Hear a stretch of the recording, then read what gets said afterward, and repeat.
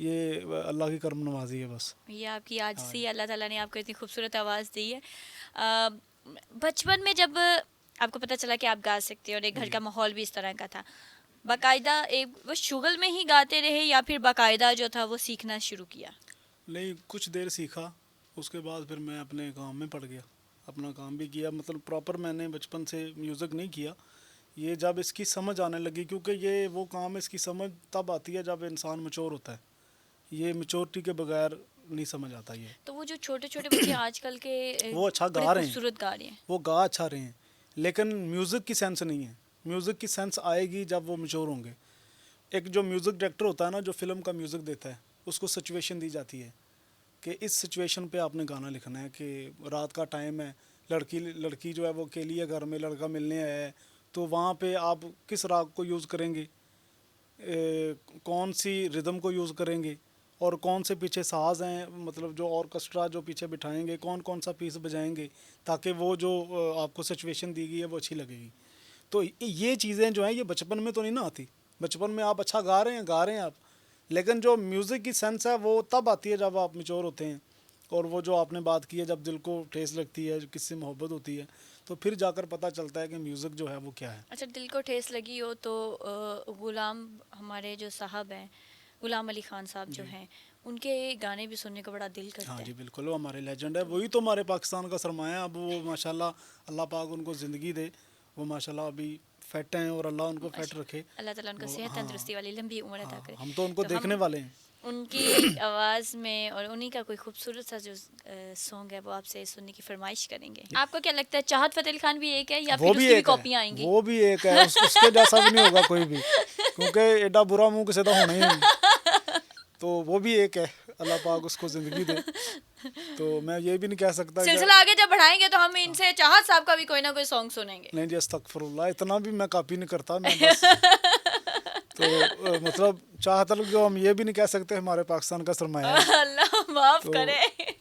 तो हम कचरे का सरमाया कह सकते हैं उसको, क्योंकि उसने म्यूज़िक को बर्बाद किया है। अगर उसने म्यूज़िक को ज़िंदगी दी होती तो मैं आज उसका अच्छे लफ्ज़ों से नाम लेता।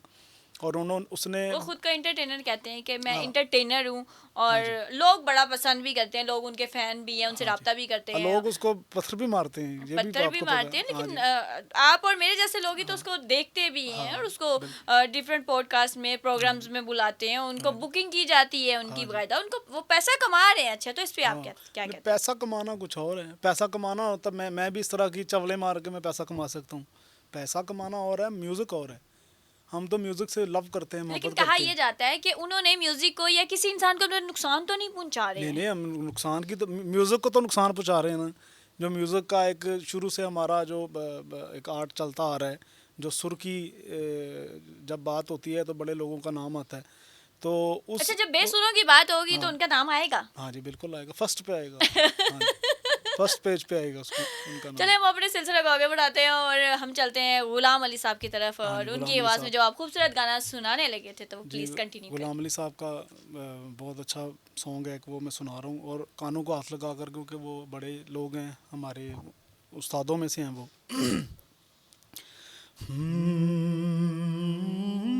आहा, आहा।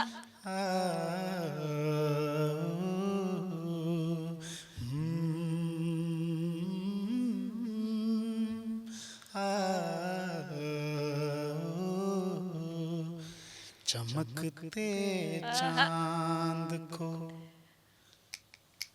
चमकते चांद को टूटा हुआ तारा बना डाला, मेरी आवारगी ने मुझको आवारा बना डाला, चमकते चांद को टूटा हुआ तारा बना डाला, मेरी आवारगी ने मुझको आवारा बना डाला, चमकते चांद को टूटा हुआ तारा बना डाला,